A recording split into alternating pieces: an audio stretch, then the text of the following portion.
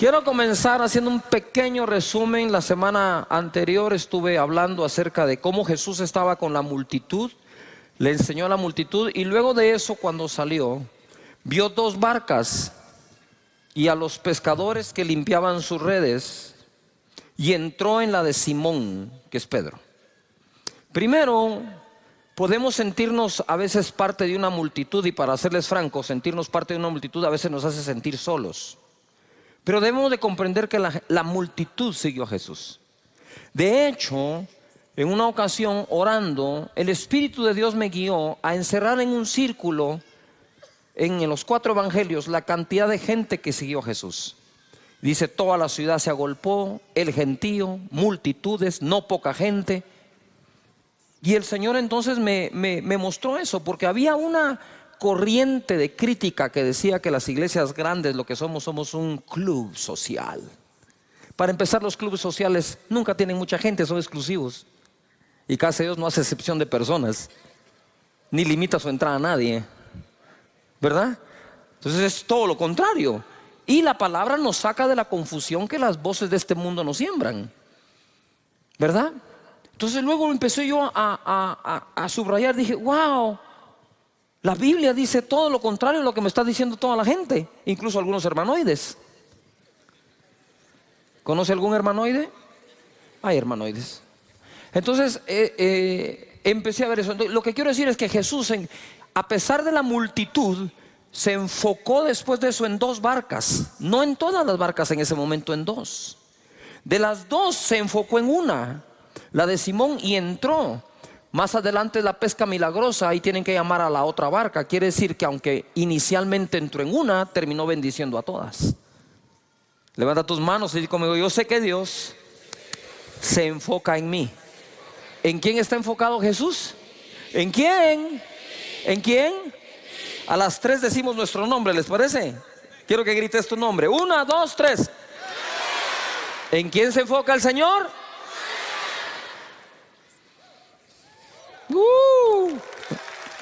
Él se enfocó.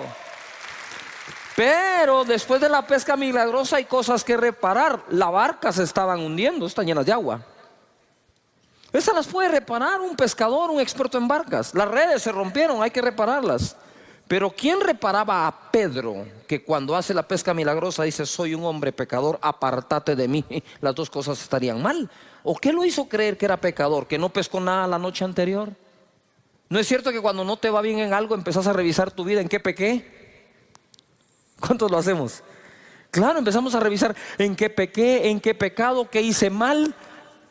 Y tal vez eso surge de algo que llevamos dentro que todavía no ha sido arreglado. Entonces Jesús se enfoca en las 2 barcas, se enfoca en la de Simón, se enfoca en la pesca que necesitaba para que la economía sanara de Pedro, pero además se enfoca en el pescador. Él está enfocado en ti, por encima de tu empresa, por encima de lo que haces, tu profesión o a lo que te dedicas. Él se enfoca en ti. Amén. Muy bien. Ahora quiero entrar a otra parte que tiene que ver con todo lo de las barcas. Les dije que las barcas normalmente se usaban o para transporte de un punto a otro, o se usaban para conseguir la provisión. La pesca era una de las fuentes de ingresos más importantes en Israel, en el mar de Galilea. Por lo tanto, o salían a buscar una provisión o se salían a transportar. Quiero hablarles hoy algo que sucedió mientras se transportaban. Dice Marcos capítulo 6, verso 45: enseguida hizo a sus discípulos entrar en la barca e ir delante de él a Betsaida. Él los hizo entrar en la barca. Se meten a la barca, se me van para Betsaida, en la otra ribera. Entre tanto que él despedía a la multitud. Y después que los hubo despedido, se fue al monte a orar.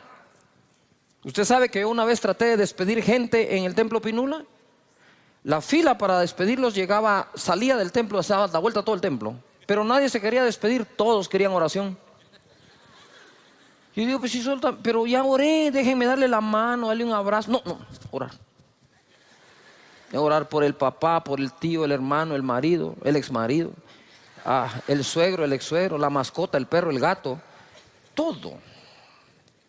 Y después que los hubo despedido, se fue al monte a orar. Ojo acá.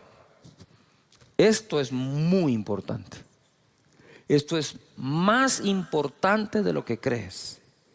No es solo cuestión de ir y orar, sino es cuestión de ocupar tiempo para bajar las revoluciones, para salir del cansancio. Y nosotros a veces no tomamos tiempo para salir del cansancio. Y hoy les voy a mostrar lo que sucede cuando no hacemos uso de ese tiempo. Dice, y al venir la noche, la barca estaba en medio del mar y él solo en tierra. Los discípulos andaban en un lado, él en otro. Y viéndolos remar con gran fatiga, todo el mundo diga fatiga, porque el viento les era contrario. Cerca de la cuarta vigilia de la noche, vino a ellos andando sobre el mar y quería adelantárseles. Viéndole ellos andar sobre el mar, pensaron que era un fantasma y gritaron. Otra versión dice, y gritaron de miedo, porque todos le veían y se turbaron. Pero enseguida habló con ellos y le dijo, tened ánimo, yo soy, no temáis, mi presencia siempre está contigo. Eso es lo que les estaba diciendo él.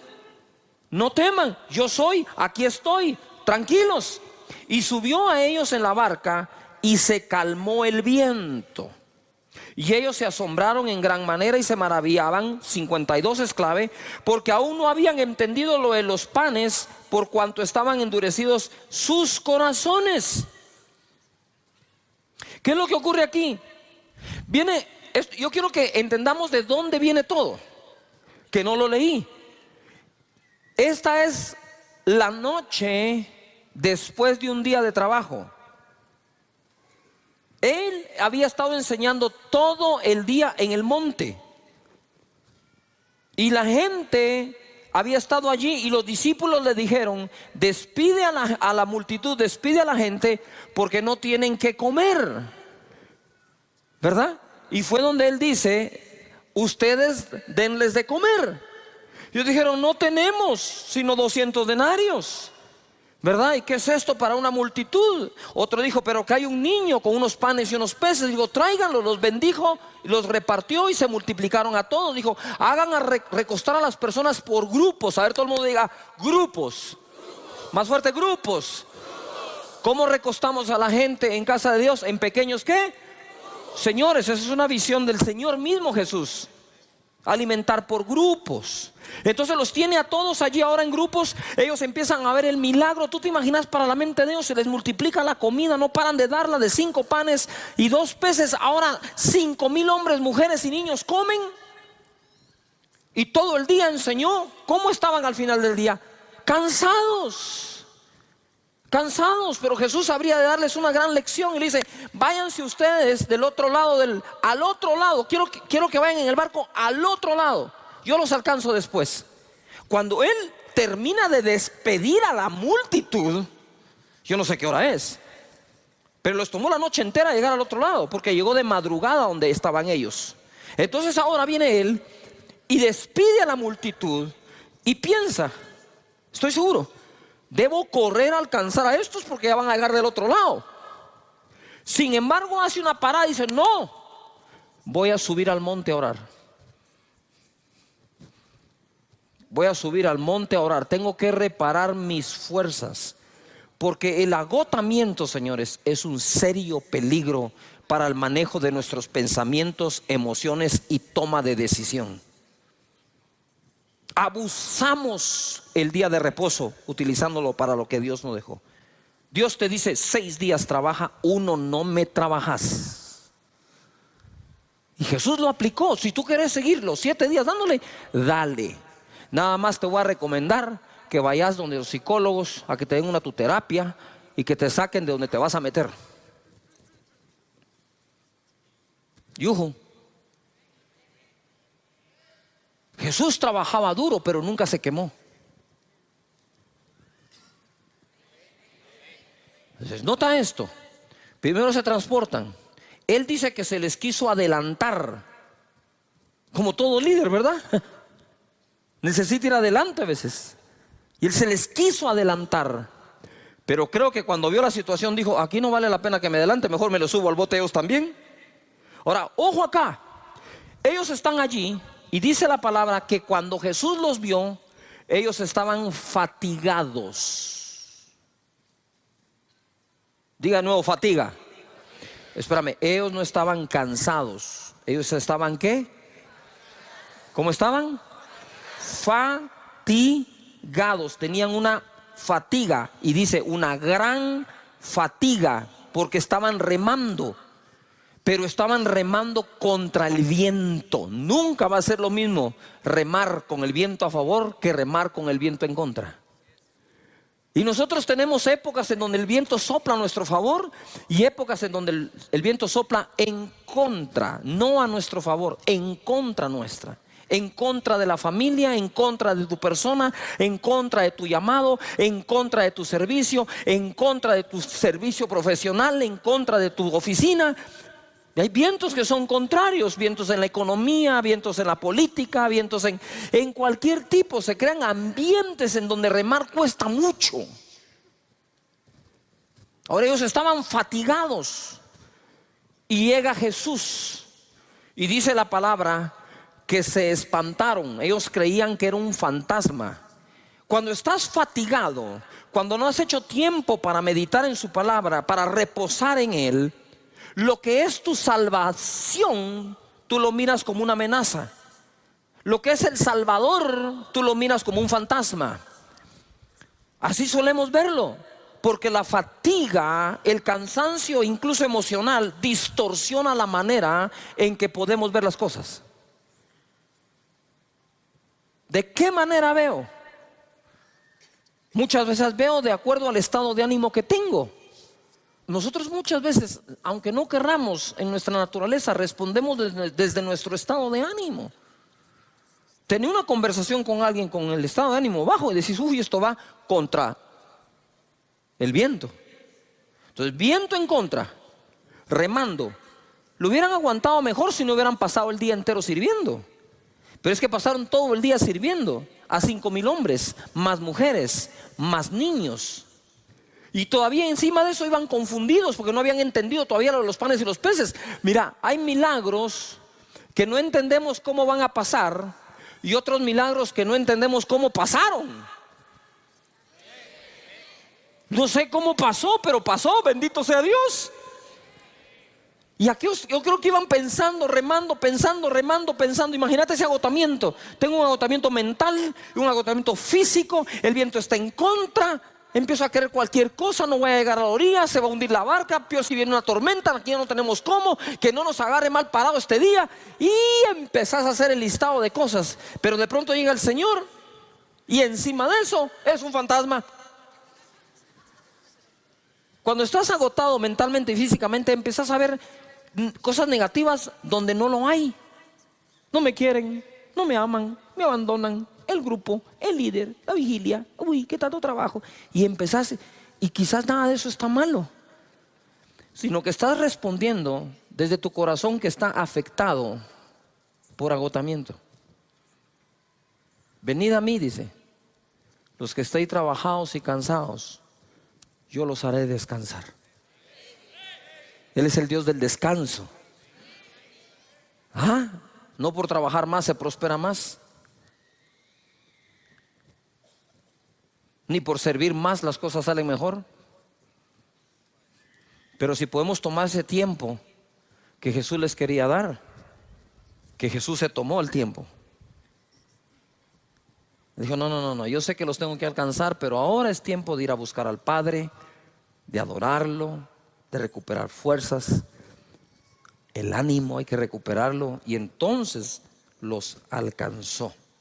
Resumen, Jesús los mandó en avanzada al otro lado, lo cual no era una distancia corta. Despedir a la multitud no debió ser fácil, ya que eran los que recibieron el milagro de los panes y los peces. Él se apartó a orar, a reponer sus fuerzas en Dios.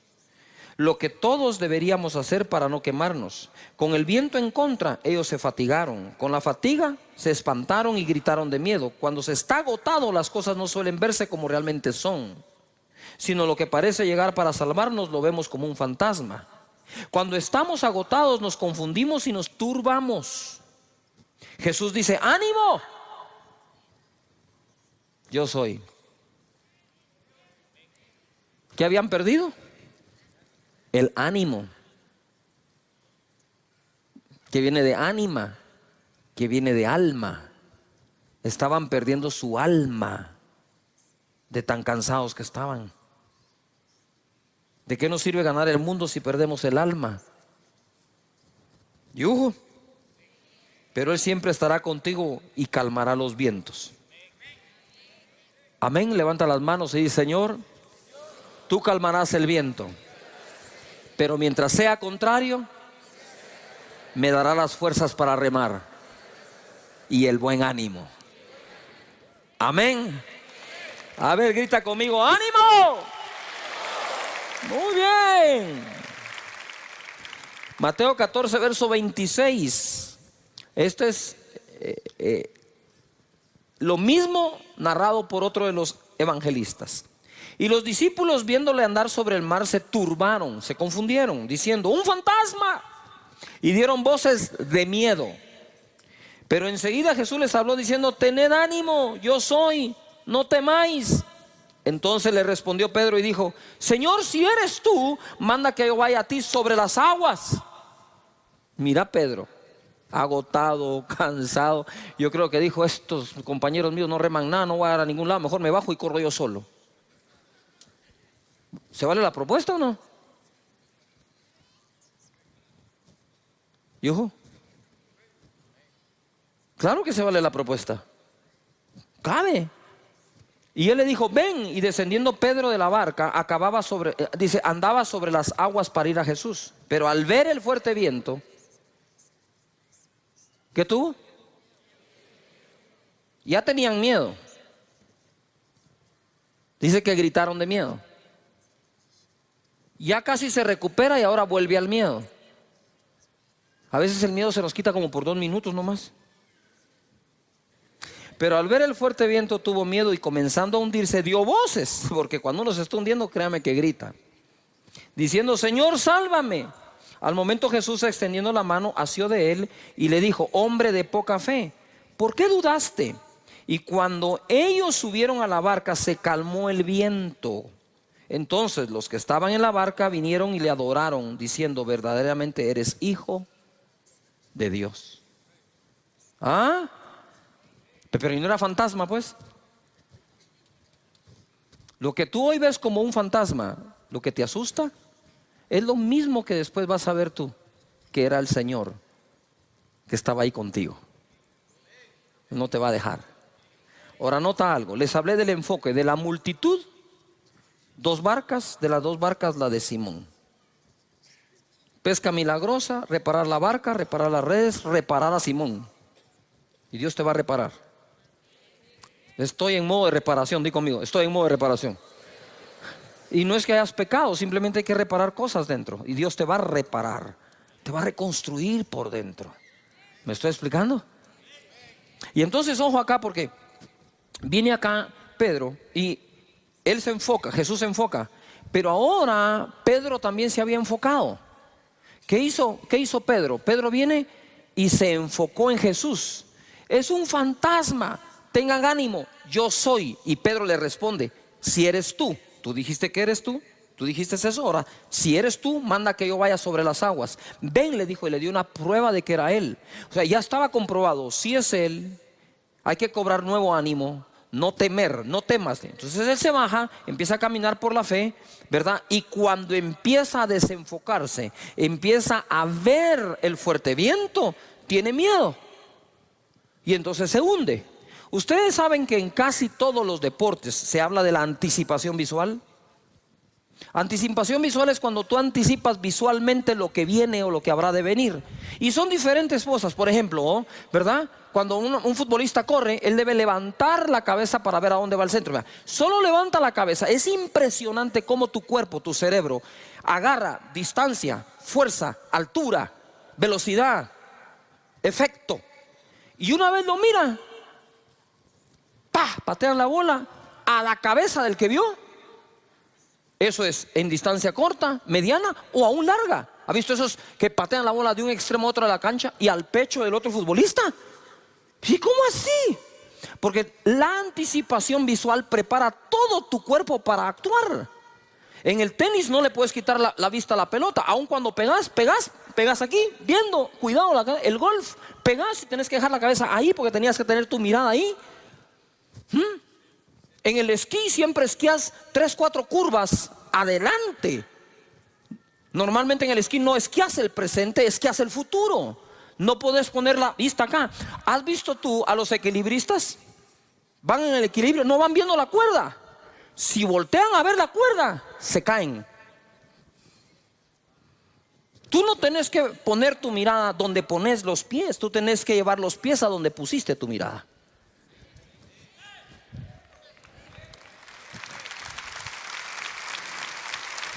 Donde pongas tu mirada, los pies van a responder. Entonces siempre se nos dice, por ejemplo, tú vas a caminar, tú no caminas así.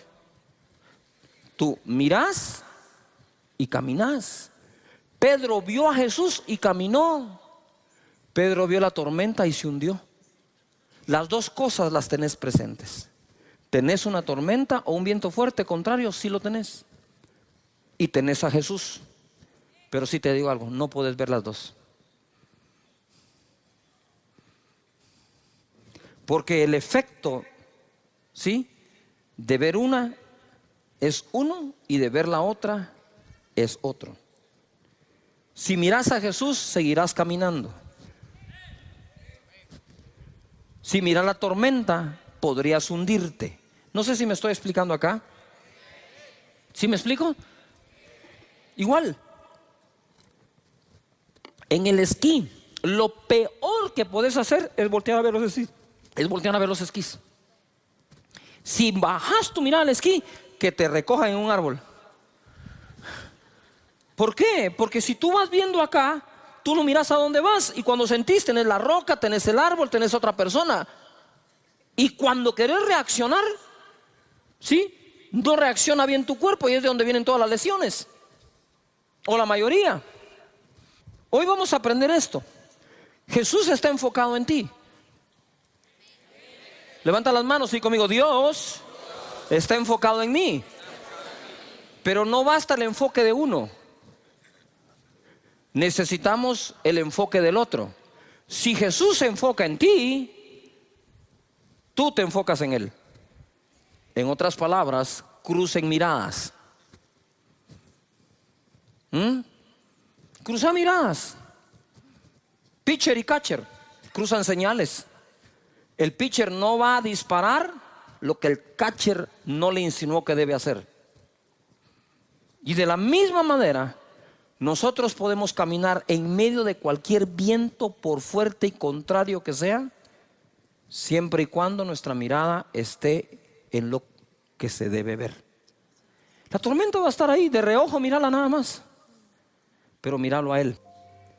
Y mira esto para terminar, lo importante de tu enfoque. Segunda de Reyes 2:9. Elías está a punto de ser arrebatado. Su discípulo es Eliseo. Y le dice aquí Eliseo a Elías: dame una doble porción de tu espíritu. Porque hay cosas, y pongan atención líderes, que no podés alcanzar con tus talentos naturales, sino lo podrás alcanzar con una porción igual o el doble de aquel que fue tu mentor. Y Elías era el mentor de Eliseo. Y Eliseo le dijo: solo tengo un punto de comparación para pedir algo. Por favor, dame el doble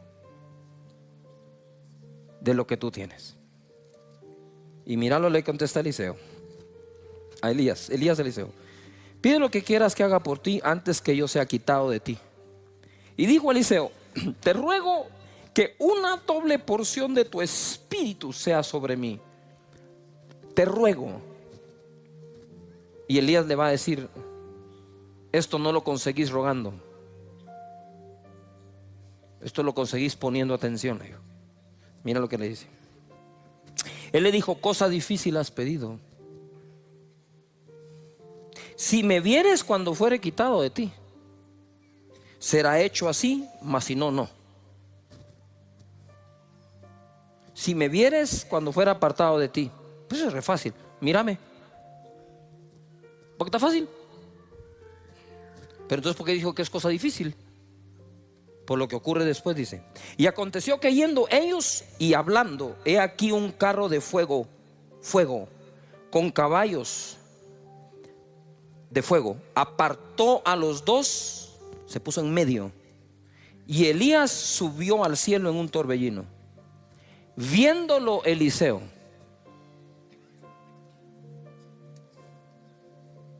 cuando aparece el carro de fuego en medio, cuando aparece la prueba de fuego en medio, podrías perder tu enfoque. Pero creo que Eliseo decía: no importa cuánto me arden los ojos, cuánto el fuego está ardiendo, tengo que seguir, debo ver a Elías, porque fue lo que me dijo. En medio de la tormenta, Pedro tenía que haber dicho: tengo que ver a Jesús. Puesto los ojos en el autor y consumador de la fe. Y Moisés se sostuvo como viendo al invisible. Nos sostiene lo que vemos o nos hunde lo que vemos, y las dos cosas están presentes para que escojas: el fuego del carro y Elías, el fuerte viento y Jesús, la persecución de los egipcios o el invisible. Siempre estarán las dos opciones para que escojas.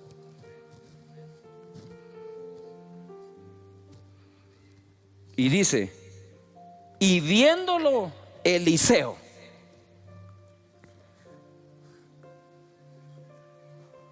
¿Cuántos van a poner su mirada en Jesús todo el tiempo?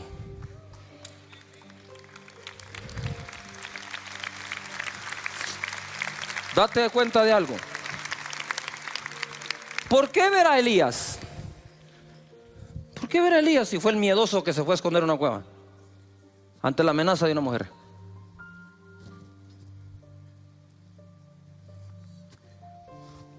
Que eso fue lo que el mismo profeta le dijo. Nuestro enfoque es importantísimo. Pero te desenfocas, ¿sí o no? Te desenfocas por cosas que no deberías. Por problemas con alguien, resbalaste, malas relaciones con personas, porque asumes que alguien no te ama, la situación del país, dimes y diretes, redes antisociales. ¿Tú sabes cuántas cosas existen para que perdamos el enfoque? Mira, en la barca o fuera de la barca, no apartes tu mirada de Jesús. La presencia siempre irá contigo. Propósito de la serie o temporada es que vivas seguro que Dios no te deja ni te abandona. Aquí establecí un balance yo en una de las enseñanzas. Si Dios prometió no dejarte ni abandonarte nunca, nunca, nunca, entonces por más que tú te quieras alejar de Él, eso es una falacia. No es verdad. Lo que puedes hacer es dejar de tener la comunión con Él que solías tener, pero alejarte de Él, ¿cómo? Es como tú decir: me voy a alejar de mi piel. ¿Cómo te salís de ahí? No sé si me estoy explicando. Si tú no te puedes alejar de ti mismo, ¿cómo te vas a alejar de Dios? Si uno que en ocasiones se autoabandona no se puede dejar, mucho menos Dios. Por eso cuando Jesús en la cruz del Calvario dijo: Dios mío, ¿por qué me has abandonado?, Fue la primera y única vez que Jesús llamó a su Padre Dios como tal, que le dijo Dios a él, ¿verdad? Muchas veces dijo que Él es Dios, su Padre. Pero decirle Dios a papá, cuando nosotros nunca llamamos por nombre a nuestro padre o a nuestros padres, nosotros siempre llamamos a nuestro papá, papá, viejito y todo lo que nosotros solemos hacer. Así que vamos ahora hacia un puerto seguro. Todos queremos zarpar y navegar a un puerto seguro. Pero no, eso no solo es por agua, por aire también. ¿Cuántos vuelos se cancelan? Y tú dices, pero si el clima aquí está bueno, sí, pero el clima está malísimo, ¿dónde vas a ir a aterrizar? El clima tiene que ser bueno donde despegas y donde aterrizas. Y el clima debe ser bueno de donde zarpas y a donde tú llegas a anclar o el destino que estás buscando. En Hechos 27:13 he estado hablando mucho de esta tormenta que sufrió Pablo. Dice en el verso 23: pues anoche se me apareció un ángel enviado por el Dios a quien pertenezco y sirvo, y me dijo: no tengas miedo, Pablo, porque tienes que presentarte ante el emperador romano, y por tu causa va a librar de la muerte a todos los que están contigo en el barco. Por tanto, señores, anímense, porque tengo confianza en Dios y estoy seguro de que las cosas sucederán como el ángel me dijo. Terminamos hablando acerca del propósito. Los vientos eran contrarios, pero al final fueron favorables. Y hay vientos que son contrarios a nuestra vida, que terminan siendo favorables. Son vientos que al final nos favorecen. Lo que pasa es que durante la tormenta no estamos pensando que lo que nos está pasando pueda ser favorable, pero está escrito que todas las cosas ayudan a bien a los que aman a Dios, a los que han sido llamados de acuerdo a su propósito. Quisiera que en voz alta digas propósito. Si Dios tiene un propósito para ti con los planes de bien y no de mal, para hacerte al final el bien que estás esperando, debes de reposar, descansar, confiar plenamente en que hasta los vientos contrarios te llevan al puerto seguro, que es donde Dios te quiere tener, que es lo que Dios quiere hacer. Entonces ahora vemos acá, ellos se tuvieron que dejar llevar porque ya no pudieron, era demasiado el viento, y por más timón que tenían, pues había que agarrar para donde el viento los estaba llevando, ¿no? Aún así, por impetuoso que sea el viento, podés controlarlo con un timón. Todas las grandes naves tienen timón. Así que confía en el propósito de Dios. Confía que hay cosas que parecen malas pero te llevan a bien. Todo ayuda bien a los que aman a Dios. Y quiero hacer un paréntesis acá. Muchos de ustedes tienen una profesión. ¿Cuántos tienen una profesión definida? Te hayas graduado o no, pero estás ejerciendo una profesión. Quiero ver a todos los que tenemos una profesión. Mira cuánto profesional. Que no te engañe tu profesión, hombre. Porque cuando fallan las cosas en tu profesión, querés meter a Dios en la profesión, en lugar de preguntarle a Dios qué otra cosa podés hacer. No sé si me estoy explicando. Eres dentista, te quiebras la mano, no la puedes volver a mover. ¿Qué vas a hacer? Pues te vas a tener que inventar algo. Ah, no, esto que es lo que yo sé hacer. Porque la profesión, cuando por fin la tienes, te amplía el horizonte. Más adelante dice, de aquí no pasás. Es la fe lo que nos saca adelante, por encima de la profesión. Porque no siempre se termina ejerciendo la que uno estudió toda la vida. La vida puede cambiar. Hay circunstancias que nunca escogimos nosotros y nos llegan del puro aire, como decimos. Entonces la fe detona la capacidad de adaptación que nosotros podamos tener en esta vida. Pero si tu mente está allí, es más, tu mente no, te lo voy a hablar claro, tu orgullo está allí en lo que más sabes hacer, pero lo que más sabes hacer no te está dando de comer, aprendí a hacer otra cosa por la fe. Y ojo, al rato te va mejor, ¿verdad? Muy bien. Santiago capítulo 3 verso 2 nos va a hablar del timón de la nave. ¿Cuál es el timón de la nave? Santiago 3:2 dice: porque todos ofendemos muchas veces. A ver, ¿cuántos de ustedes alguna vez han sido ofendidos por alguien? Quiero ver la mano. Todos los que han sido ofendidos. ¿Cuántos de ustedes han ofendido a alguien? Quiero ver todos los que hemos ofendido a alguien. Deje la mano ahí levantada. Si usted ofendió sin querer, la mayoría de las veces, levánteme la otra mano. ¿Por qué no piensa así cuando lo ofenden? ¿Ya se dio cuenta que todos aceptamos que la mayoría de las veces ofendimos sin querer? Pero cuando nos ofenden no es sin querer, ¿va? Lo planeó. Tengo que encontrar la libreta donde lo he escrito.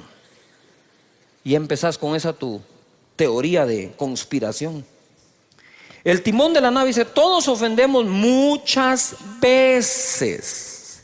Si todos ofendemos muchas veces, la inteligencia emocional bien desarrollada es vital. Aprender a perdonar y dejar eso en el pasado. Si alguno no ofende en palabra, este es varón perfecto, capaz también de refrenar todo el cuerpo. Quiere decir que si puedo llegar a refrenar mi boca, puedo refrenar todo. He aquí nosotros ponemos freno en la boca de los caballos para que nos obedezcan y dirijamos así todo el cuerpo.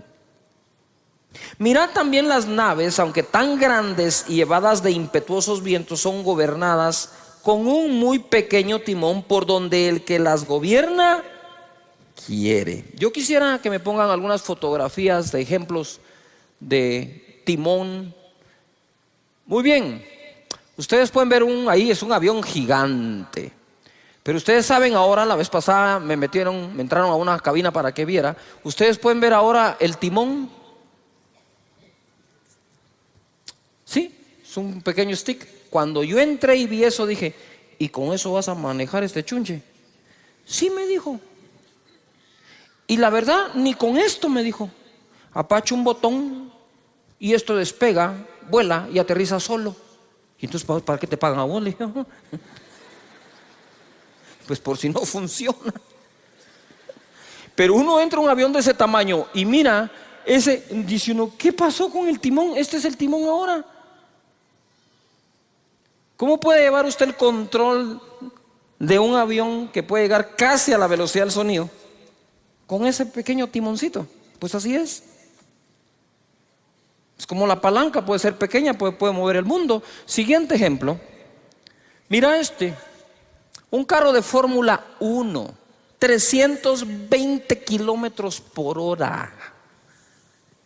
320 kilómetros por hora. Si cuando uno acelera en esos carros potentes a más de 100 de un solo, siente que el estómago lo dejó tirado, en esto a saber qué se debe sentir, pues. Usted sabe que los niños, acá tenemos miembro de la congregación, un joven de 12 años en go-kart va a 130 kilómetros por hora. 130. Este va a 320, 340. Y miren el timón. Y en ese timón lleva el control de todo. Pero deje ese gran carro con potencia. Lo más seguro es que usted tenga un auto que ya le sube volumen al radio, que verdad que ya le apacha unos botoncitos, ya lleva más controles. O sea, como que el control no lo dejan en el timón, el gobierno de la nave. Aquí hay otro ejemplo, ¿verdad? Caballo. Ahí está, el freno. Así que no siempre funciona esa onda del freno, ¿verdad? Pero no podemos negar que con eso se guía a un caballo. Y aún toda bestia animal puede ser domesticada por el hombre. Dice la palabra acá que es gobernada por un pequeño timón por donde el que las gobierna quiere. Levanta las manos y di conmigo: yo puedo llegar a gobernar mi vida por donde yo quiero.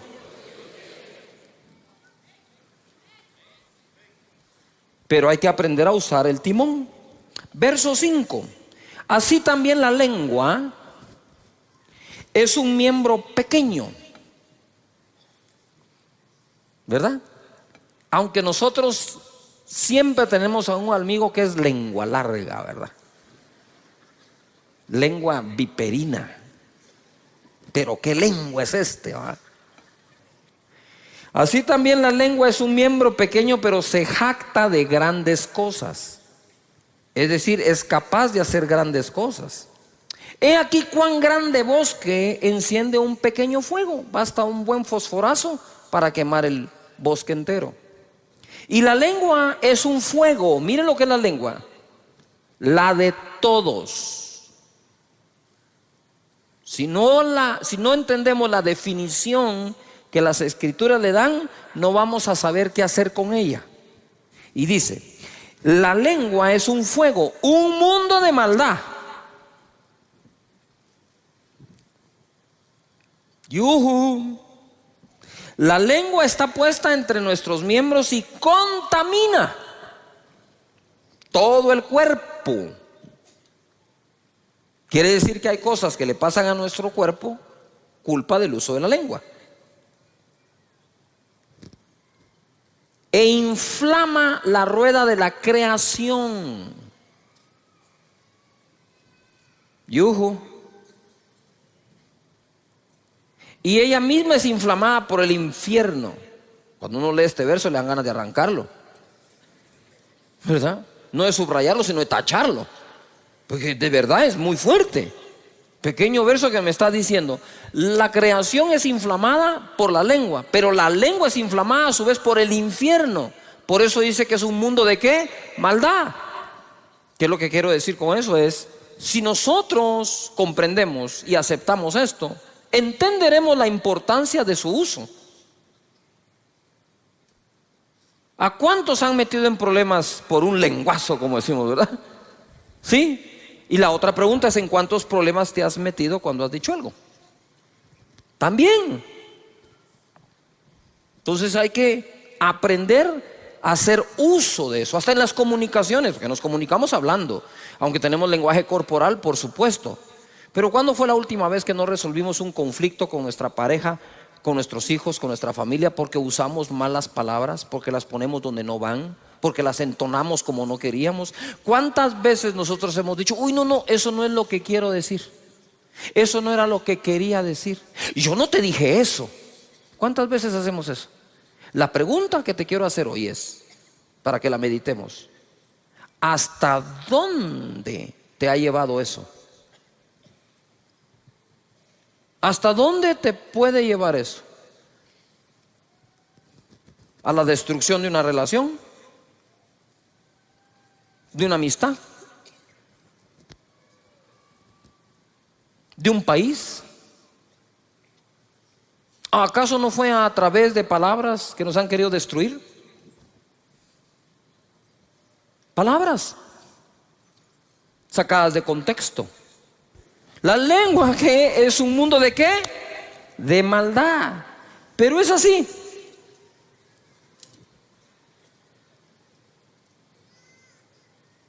Un timón de este tamaño puede conducir una nave. Si me puedes poner la fotografía del barco, ¿sí? Un pequeño timón puede conducir todo un buque. Por lo tanto, esta pieza es muy importante. No la puedes desconectar, no hay manera de que tomes el rumbo. Entonces, ¿qué es lo que quiero decir? Es que el rumbo de nuestra vida al final está en nuestra boca. Dice la Escritura que el hombre come del fruto de sus labios. Por lo tanto, aprender a hablar no se trata de que aprenda a hablar el que se presenta en público. Debemos hablar en público aquellos que sabemos hablar en privado o sostener una conversación con una persona.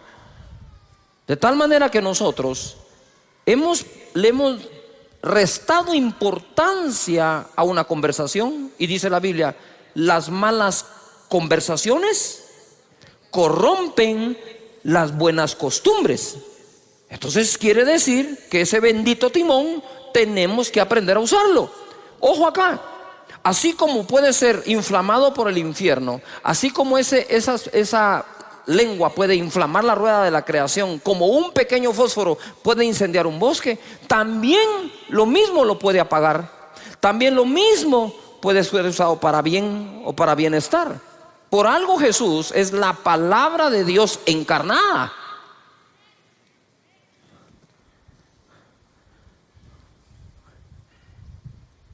Importante entonces el uso de las palabras y la manera en que nosotros las usamos o hablamos. Verso 7.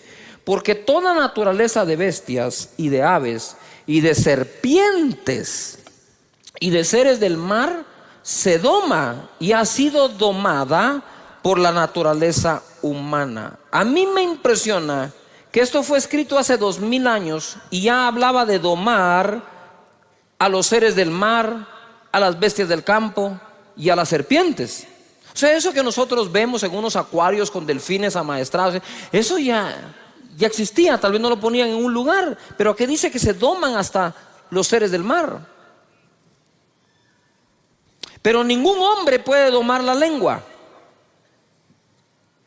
que es un mal que no puede ser refrenado, llena de veneno mortal.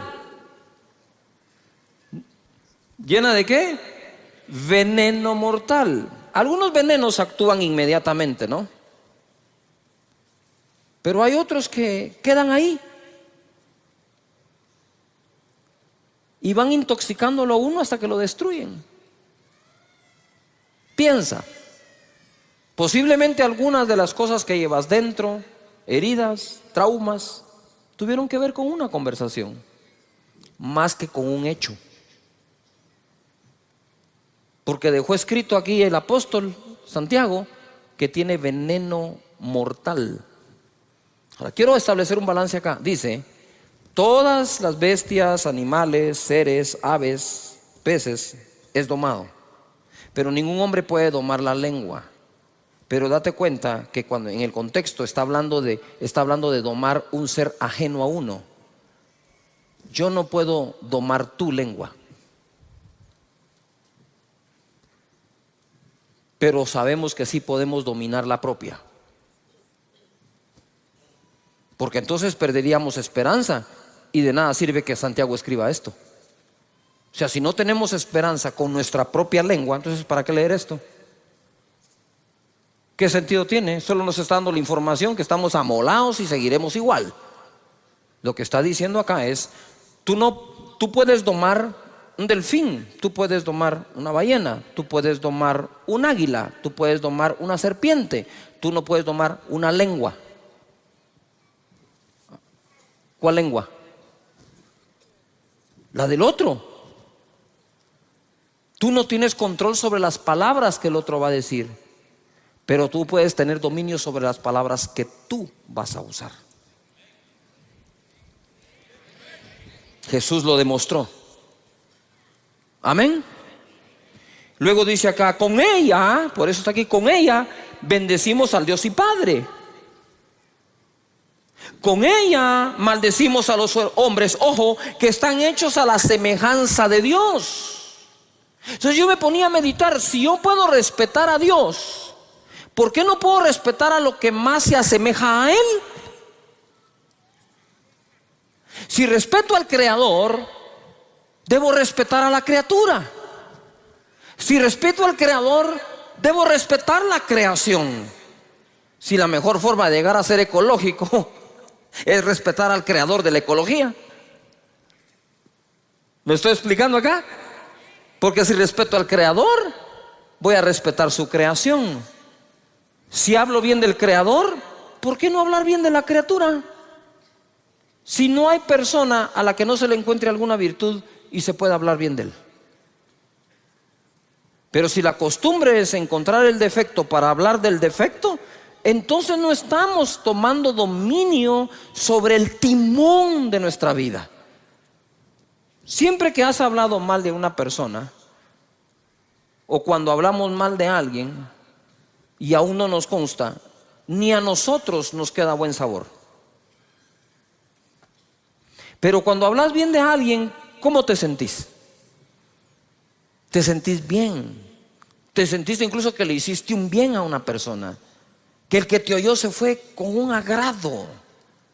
Qué feo es sentarse con una persona que siempre está hablando mal de algo o mal de alguien. Uno no quiere estar sentado ahí en un momento y dice, ay, qué feo está esta onda, ¿verdad? Es como que te sirvan comida agria. Entonces dice aquí la escritura, con ella bendecimos a Dios, pero con ella maldecimos a los hombres. Y esto es lo que me llamó la atención y lo subrayé, que están hechos a la semejanza de Dios. Entonces, si yo hablo bien de Dios y bendigo a Dios, debería otorgarle una bendición semejante al que está hecho o creado de forma semejante. No sé si me estoy explicando. Voy a tratar de hacerlo de nuevo. Si yo bendigo a Dios, entonces con una bendición semejante a la que le doy a Él, voy a bendecir al que está creado semejante a Él. ¿Me expliqué? Pero si estamos creados semejantes a Dios, ¿por qué vamos a hablar de los semejantes a Dios como que estuvieran totalmente retirados de Él?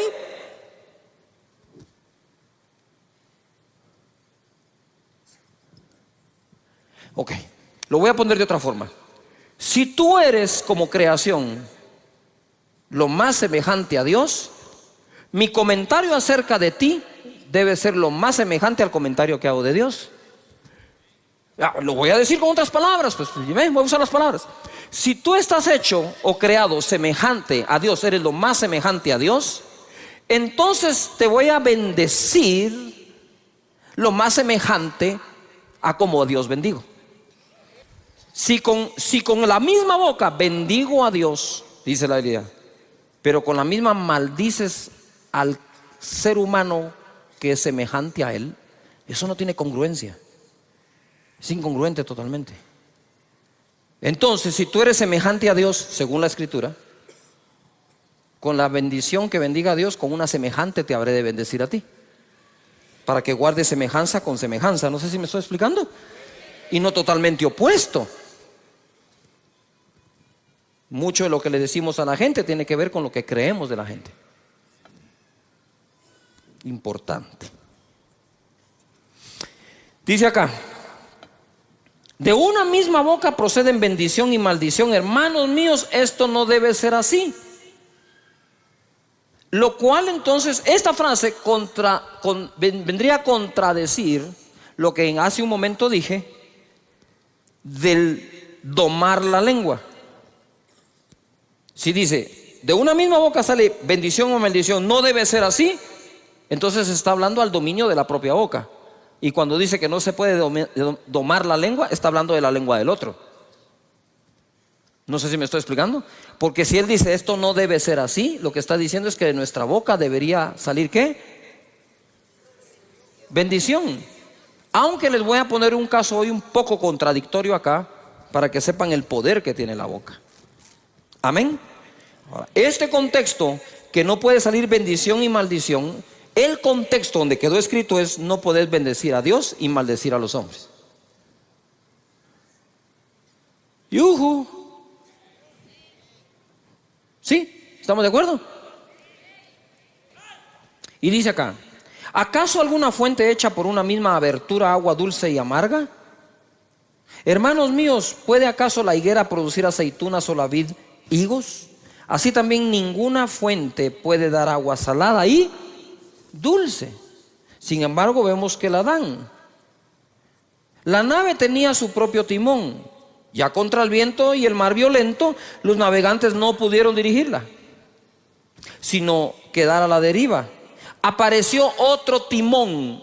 Pongan atención, apareció otro timón, el de la palabra que el ángel les llevó. Y Pablo dijo, atracaremos en una isla y nadie perecerá.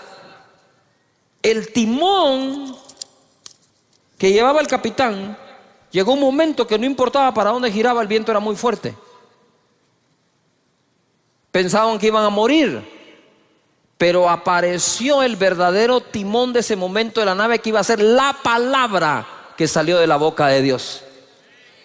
¿Me estoy explicando? Deja que la palabra de Dios, sus principios, sus valores y sus promesas te dirijan a un buen puerto y a un puerto seguro. De esa manera, nosotros podemos ver que apareció otro timón. Mateo 12, 33, 37. Para nosotros poder tener un mejor timón, lo debemos de saber conectar. Verso 33. Dice: o haced el árbol bueno y su fruto bueno, o haced el árbol malo y su fruto malo, porque por el fruto se conocerá el árbol. Esta palabra árbol malo en el original significa lo siguiente, pongan atención: corrupto de raíz. No es un árbol de mango que le salieron algunos malos mangos.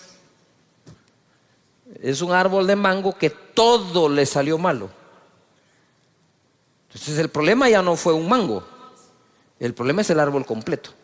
Entonces cuando habla aquí del árbol malo, no habla de un árbol que pueda tener defectos como tú y yo, habla de un árbol que es malo de raíz.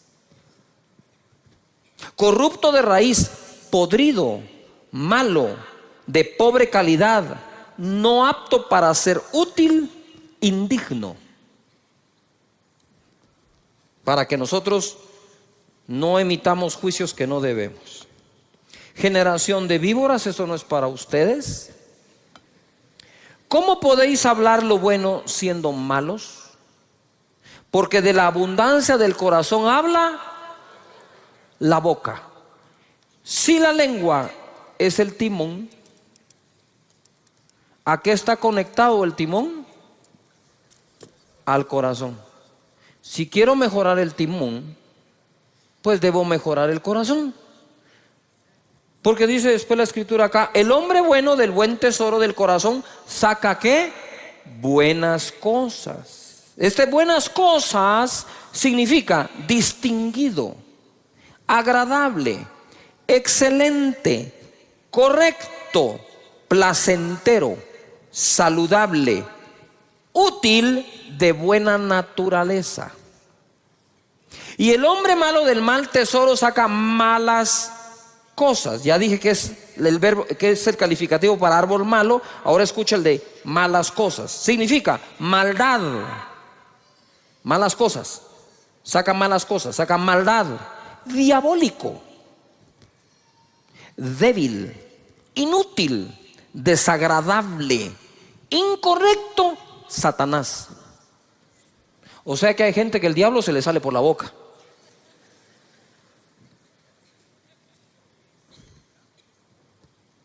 Mas yo os digo que de toda palabra ociosa que hablen los hombres, de ella darán cuenta en el día del juicio. Ociosa significa inútil, pereza, infructuoso, no productivo. Verso 37, porque por tus palabras serás justificado y por tus palabras serás ¿qué? Condenado.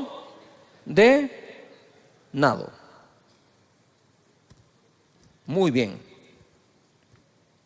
Reparando el timón, voy rapidito ahora, Mateo 12, 33, 37, el mismo pasaje pero en la palabra de Dios para todos. Verso 33, decidan si el árbol es bueno y el fruto es bueno, o si el árbol malo y el fruto es malo. El árbol se conoce por sus frutos. A ver, todos digan fuerte: decidir. ¿Qué tenemos que tomar hoy? ¿Una qué? ¿Una qué? ¿Una qué? Ahora te quiero preguntar algo. ¿Tienes cosas buenas en tu corazón? ¿Cuántos decimos que tenemos cosas buenas en el corazón? Entonces es fácil. Es fácil. Di conmigo: yo voy a hablar de las cosas buenas que tengo en el corazón. Las malas no las dejé salir. ¿A cuántos de nosotros tenemos cosas buenas en el corazón? Entonces, el buen hombre saca del buen tesoro ¿qué? ¿Buenas qué? Pero ¿cuántos reconocemos que también tenemos cosas feas en el corazón? A ver. Yo también. No hay uno de nosotros que no tenga algo feo dentro del corazón. Lo que hay que hacer es no sacarlo, pues. Yuhu.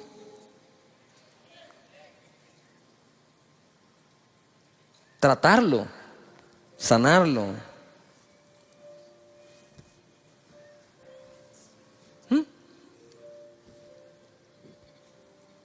Por eso cuando me escribes te digo, no te hagas bolas. Ya estás otra vez hablando para hacerte bolas.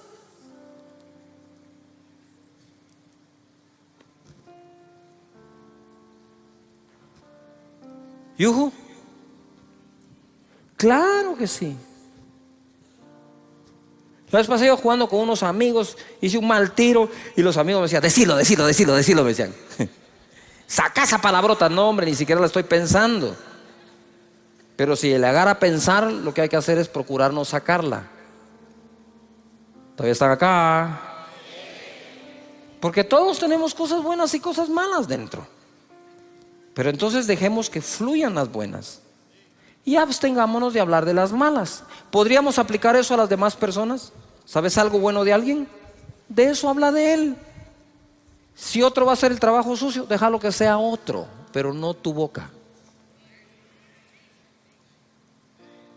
Amén. Porque debemos de bendecir a Dios. ¿Y bendecir a qué? A los hombres. Y sigo, ¿estamos de acuerdo? 34, partida de víboras, dice acá. ¿Cómo pueden ustedes hablar lo bueno siendo tan malos? Lo que uno dice muestra lo que uno es en su corazón.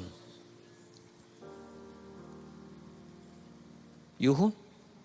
Lo que uno dice muestra lo que uno es. El que es bueno lo es en su interior y habla de lo que tiene allí. De igual manera el malo lo es en su interior y habla de lo que tiene allí. Pero yo les digo que en el día del juicio la gente tendrá que dar explicación por cada una de las palabras inútiles que dijo. Las palabras que dijiste servirán para juzgarte, ellas te aprobarán o te condenarán. Efesios capítulo 4 verso 29 en la versión lenguaje actual dice: no digan malas palabras.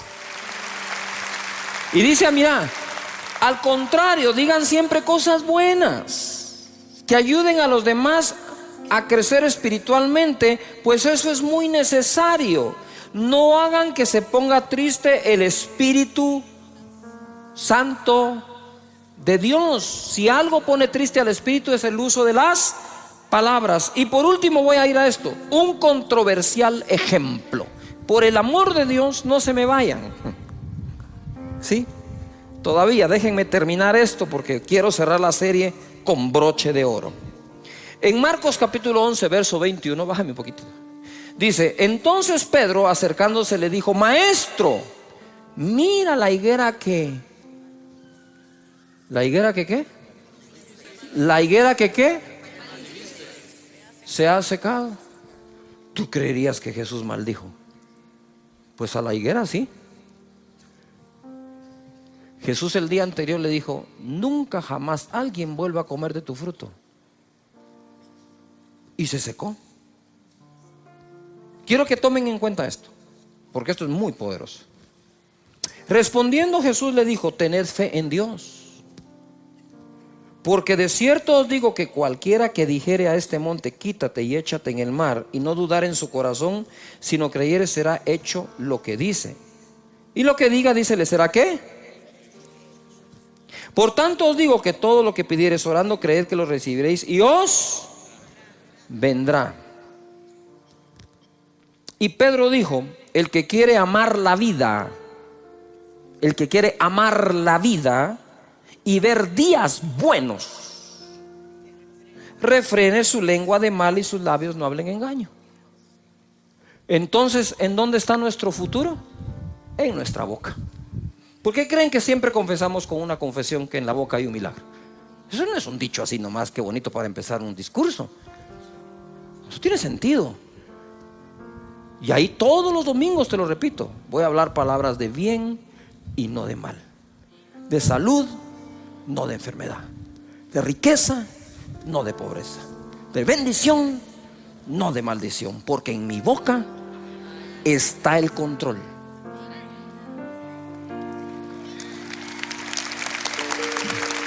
Ahora oí esto. Esto está así.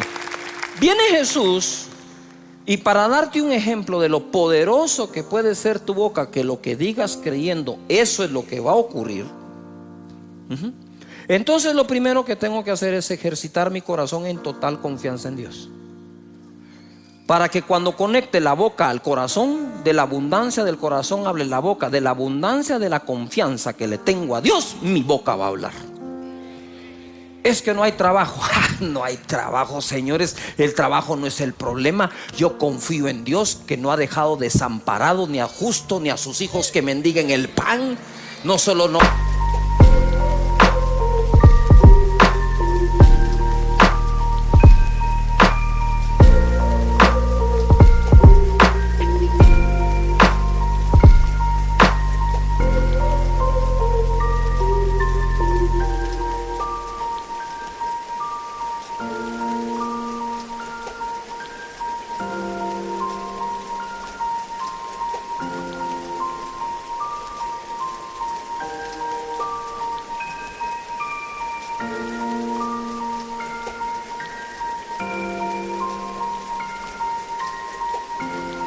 Si no hay trabajo, va a haber abundancia de pan en la casa de mi padre. Eso es lo que hay.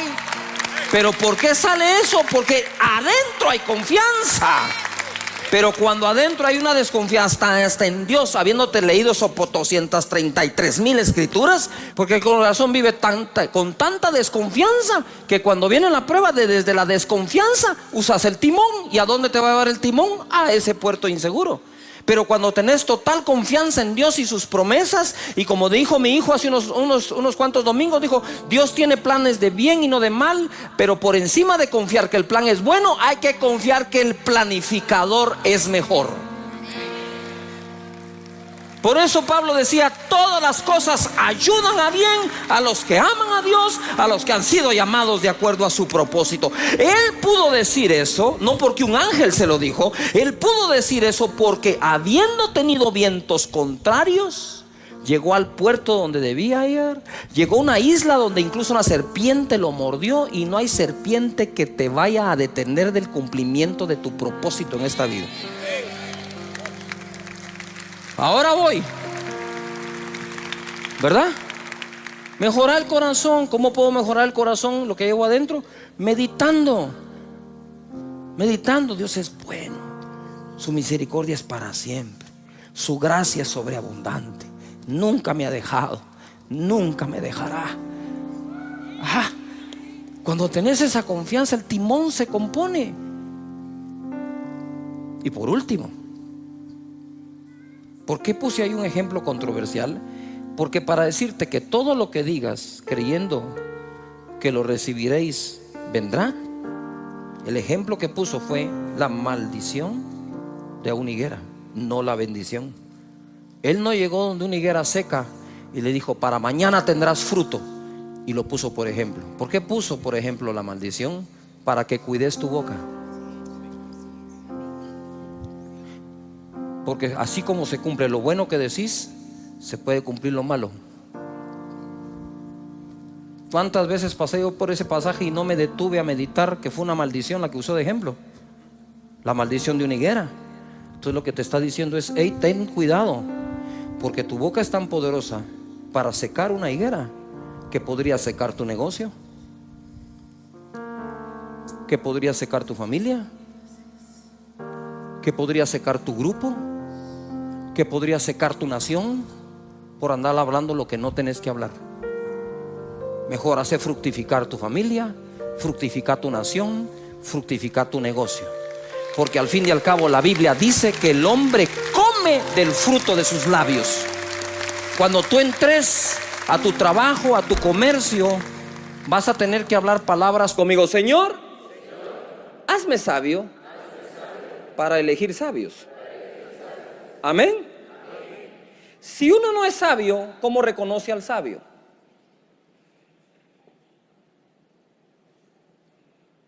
Yuhu.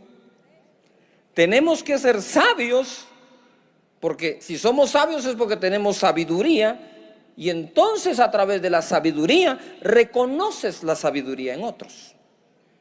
Este proceso de elegir gobernantes, es importante que nosotros los ciudadanos, crezcamos y maduremos para entonces de forma madura elegir a los gobernantes. Ahora, no basta elegir a una cabeza adecuadamente, tenemos que elegir al resto también. Mira lo que dice aquí la palabra. Cuando Moisés es electo por Dios para liberar al pueblo de Israel del yugo de los egipcios, le da este consejo en Éxodo 18:20. Y enseña a ellos las ordenanzas y las leyes. A ver, todo el mundo diga conmigo, leyes. Diga conmigo, un país necesita leyes justas. ¿Cuántos creen que necesitamos leyes justas en cada país? Amén. La Biblia dice, enséñale al pueblo las leyes y ordenanzas y que caminen en el camino correcto. El camino correcto uno lo camina gracias a las leyes y a las ordenanzas. Usted va en una carretera y le ponen camino sin fin, no siga. Curva peligrosa a 100 metros, frene un poco, va a pegar la cabeza en el windshield. Las ordenanzas, las leyes, las instrucciones nos pueden mantener en el camino ¿qué? Correcto. Pero en el verso 21, a ver, todos lo leen conmigo. ¿Estamos de acuerdo? Leámoslo pues. Dice así: además, escoge tú de entre todo el pueblo varones de ¿qué? Virtud, temerosos de Dios, varones de verdad, que aborrezcan la avaricia, y ponlos sobre el pueblo por jefes de millares, de centenas, de 50 y de 10. Todo el mundo diga organización. Ahora tenían leyes, tenían organización, pero necesitaban las personas que califiquen para esa organización bajo esas leyes. ¿Todavía está acá? Esto es hermoso. Les dice, además de enseñarle las leyes, debes escoger personas. Entonces, si logramos nosotros con la oración pedirle a Dios que nos dé un sistema de leyes justas con las personas correctas y los ciudadanos correctos, tendremos una nación justa.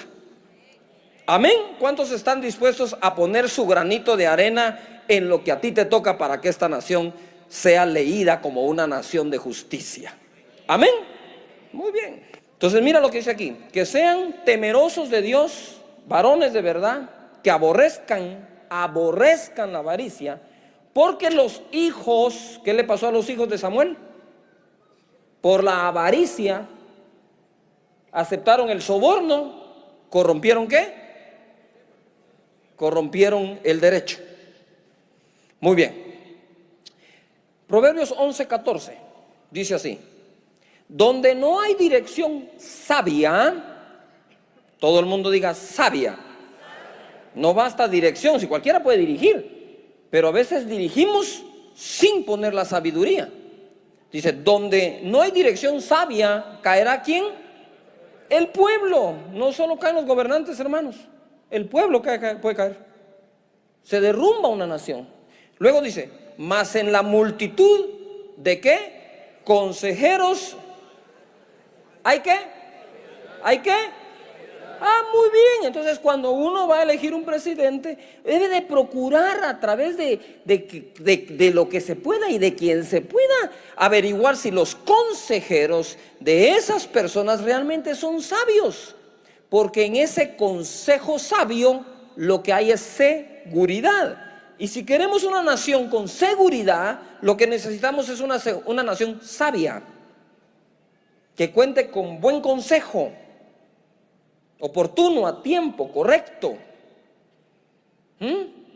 Que la gente cuando vaya a hacer algo, alguien le diga, eso no es de Dios.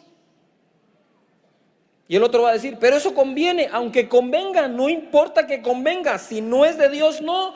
Porque el principio de la sabiduría es el temor de Jehová. Si no tememos a Dios, no podemos gobernar. ¿Cómo así temer a Dios? Es un respeto a Dios, porque la tierra, la plenitud y todo lo que en ella hay, ¿sí? El propietario es Dios. Si el propietario es Dios, a Dios le vamos a dar ¿qué? Las cuentas.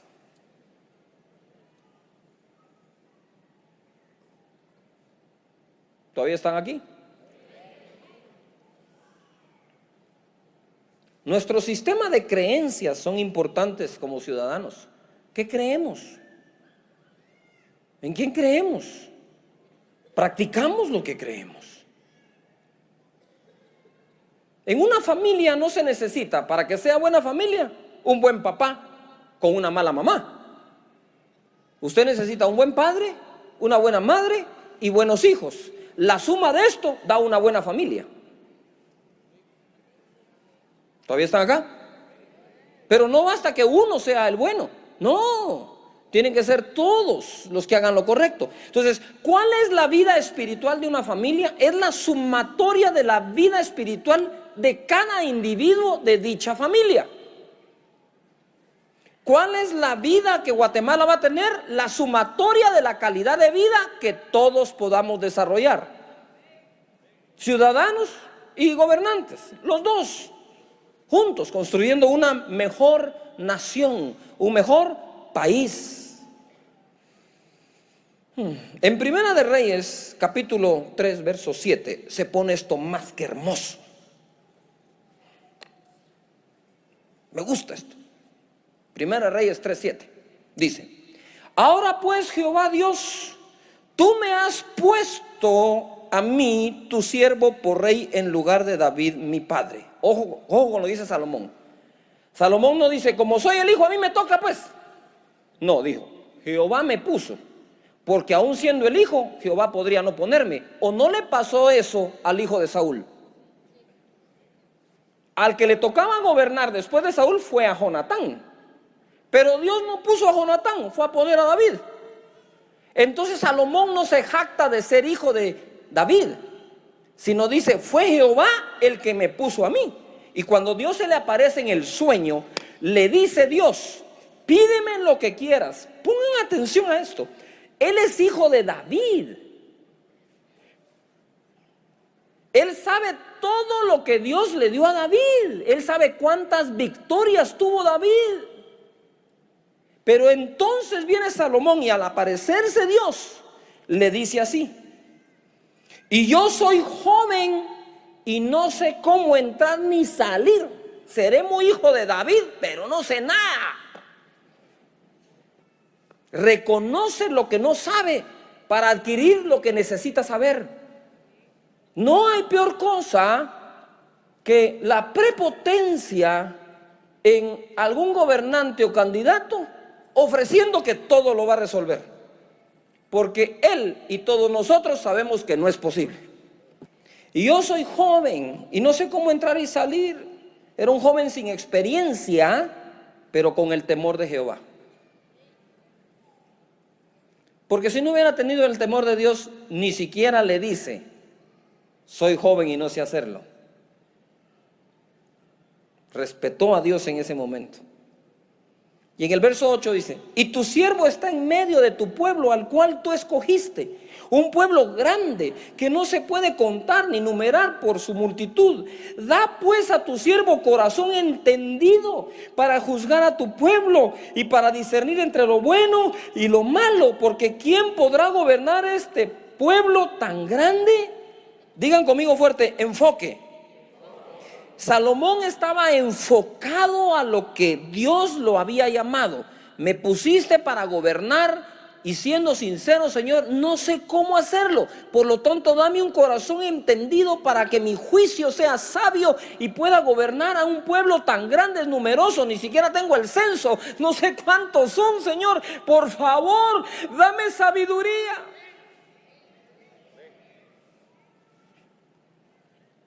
Y agradóle delante del Señor que Salomón pidiese esto, y le dijo Dios, porque has demandado esto y no pediste para ti muchos días, ni pediste para ti riquezas, ni pediste la vida de tus enemigos, sino que demandaste para ti inteligencia para oír juicio.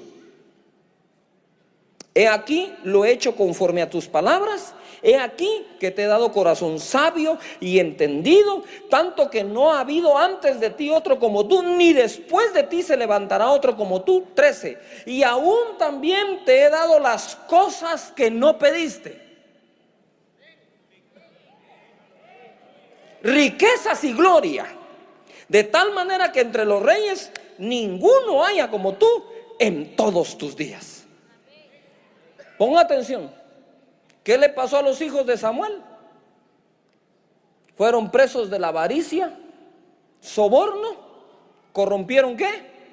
El derecho, porque lo que andaban buscando en el cargo era ¿qué? Riqueza. Y cuando Salomón le pide sabiduría para hacer su oficio y su trabajo bien, entonces Dios le dice, además te daré la riqueza. Dios encuentre para este país gente deseosa de gobernar verdaderamente con sabiduría y que no se preocupe de sus riquezas, porque si a Dios obedece, también le dará riquezas. También lo va a bendecir.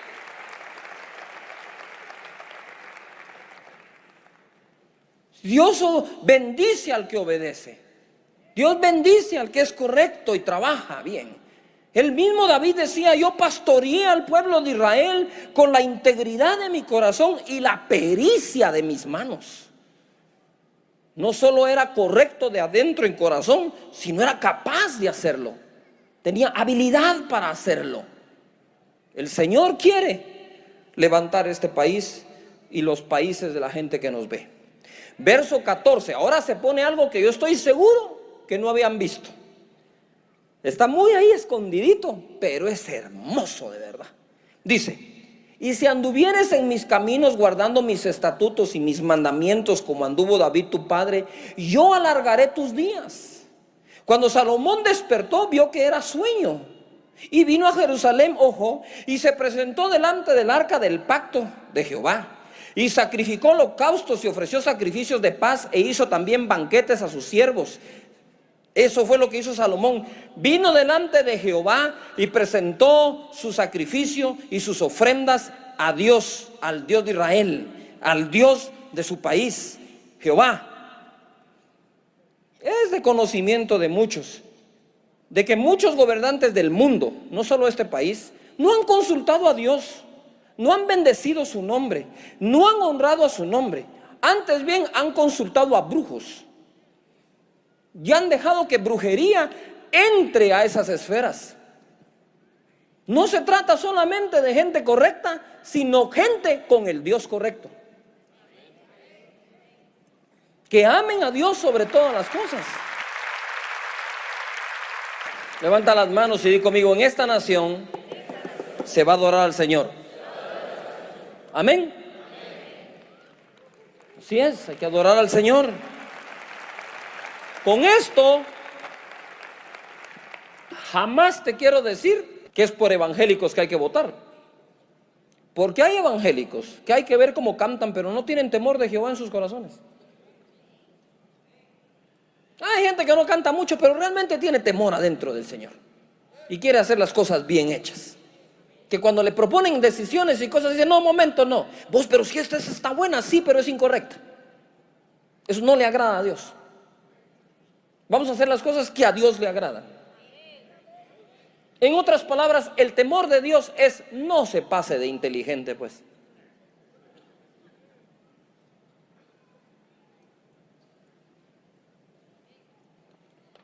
No se requiere ser muy inteligente, pero se requiere respetar a Dios.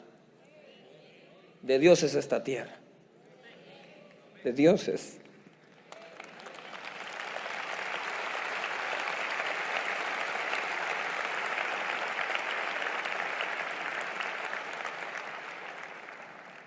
Mira lo que dice Primera de Reyes 3:16, el siguiente versículo. Y ahora agárrese la silla porque esto se pone fenomenal. Y dice aquí, en aquel tiempo vinieron al rey 2 mujeres rameras y se presentaron delante de él para que juzgara un caso. ¿Cuál era el caso? Pero pongan atención, el caso era este. Llegan las 2 rameras y una le cuenta la historia. Mira, le dice, yo tuve un bebé, a los pocos días mi compañera tuvo su bebé, y pasado un tiempo una de ellas se durmió sobre su bebé y murió.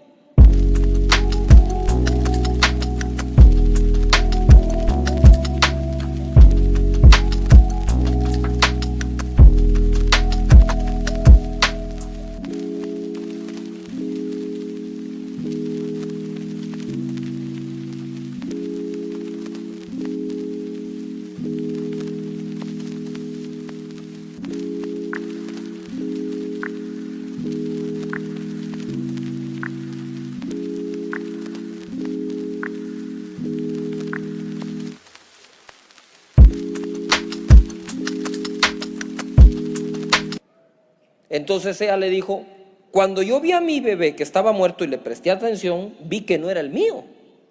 A mí me cambiaron el bebé, ¿verdad? Y la otra dijo: no, no, no, ese es tu bebé, el que está vivo es el mío si estaba en mi cama. Y empezaron a discutir ellas, ¿verdad? ¿De quién era ese bebé? Y viene Salomón, la historia ustedes la conocen, y dice: ¿saben qué? Traigan el bebé y pártanlo a la mitad. Denle la mitad a una y la mitad a la otra. Y entonces la verdadera madre levanta la mano y dice: no, denle el bebé a la otra, pero no lo maten. Y Salomón dice: ella es la verdadera madre, désenlo. El primer caso que va a juzgar como gobernante Salomón es el de una ramera. ¿Quién le haría hoy justicia a una prostituta?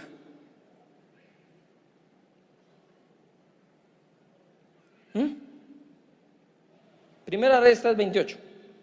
Y todo Israel oyó aquel juicio que había dado el rey y temieron al rey, porque vieron que había en él sabiduría de Dios para juzgar. Diga conmigo fuerte: sabiduría de Dios. O sea, ¿qué era lo que Salomón tenía dentro? ¿Sabiduría de qué? Esa sabiduría de Dios no desechó a la ramera, sino que le dijo: te haré un juicio justo. Ven. Y juzgó Salomón. Que esa sabiduría que Dios le dé a Salomón le sea concedida a todos aquellos que estén en cargos públicos de gobierno, que se lo estén pidiendo con corazón sincero al Señor, y tendremos una mejor nación.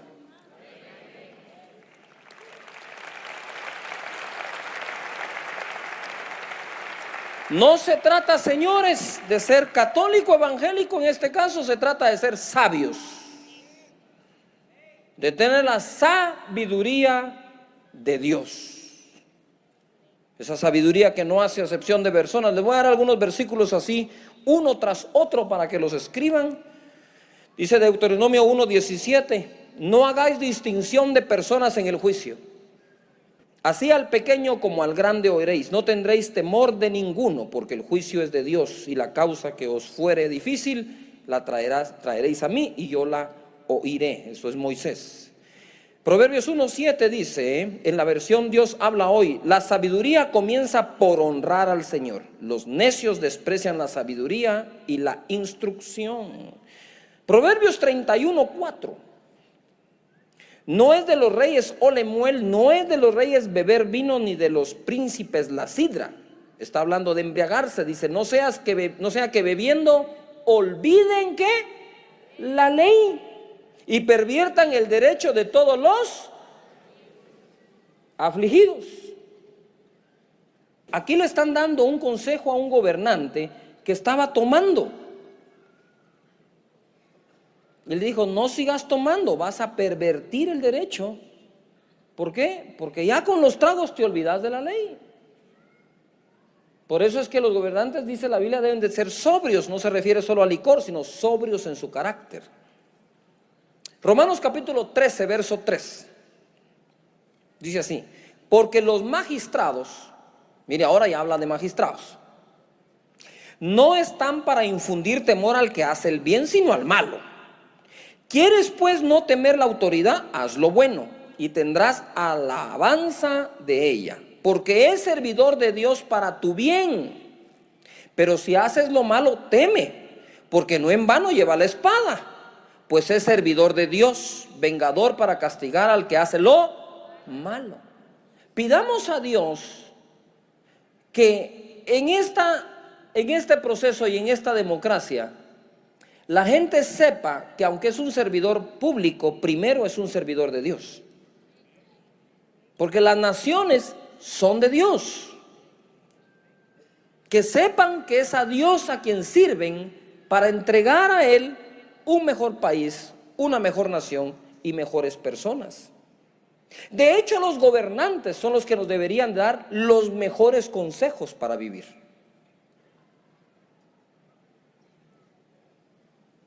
como era en este tiempo.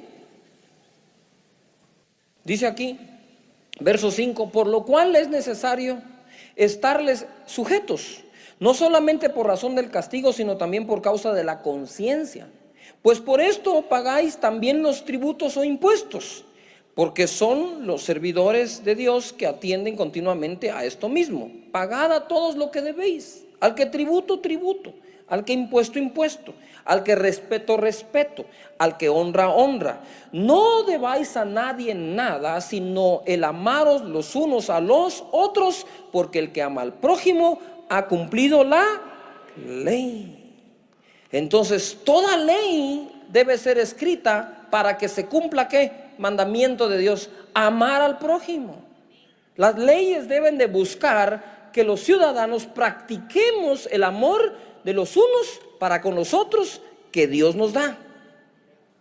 Dice la palabra aquí en Proverbios 14:34, la justicia engrandece a la nación, mas el pecado es afrenta de las naciones.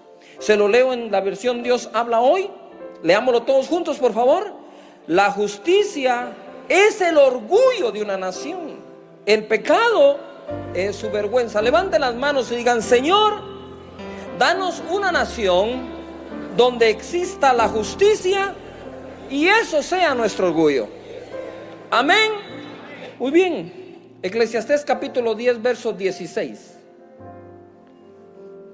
Ay de ti, tierra, cuando tu rey es muchacho y tus príncipes banquetean de mañana.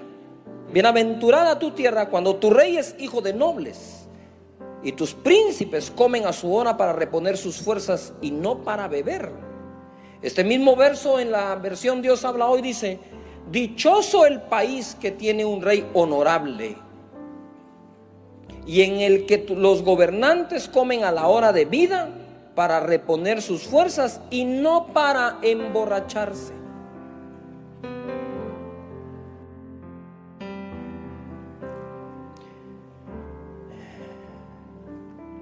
Ahí mismo en Romanos 13, verso 9, dice: porque no adulterarás, no matarás, no hurtarás, no dirás falso testimonio, no codiciarás, y cualquier otro mandamiento en esta sentencia se resume: amarás a tu prójimo como a ti mismo. Quiere decir que la base de una correcta sociedad es el amor. El amor trae el respeto. Si nosotros somos portadores de ese amor, démoslo, incluyendo a nuestros enemigos. Amad a vuestros enemigos, dijo Jesús. En esto se resume toda la ley, dijo Jesús, en que ames a Dios sobre todas las cosas y a tu prójimo como a ti mismo. En otras palabras, toda la ley que Dios dio era para que eso se cumpliera. Y dice aquí Proverbios 20:28: misericordia y verdad guardan al rey, y con clemencia se sustenta su trono. Dios habla hoy, esa versión dice: el rey se mantiene seguro en su trono cuando practica ¿qué? El amor y la verdad. Porque el resumen de la ley de Dios es amor. Cuando dejan el amor y la verdad, ya no están seguros en su trono.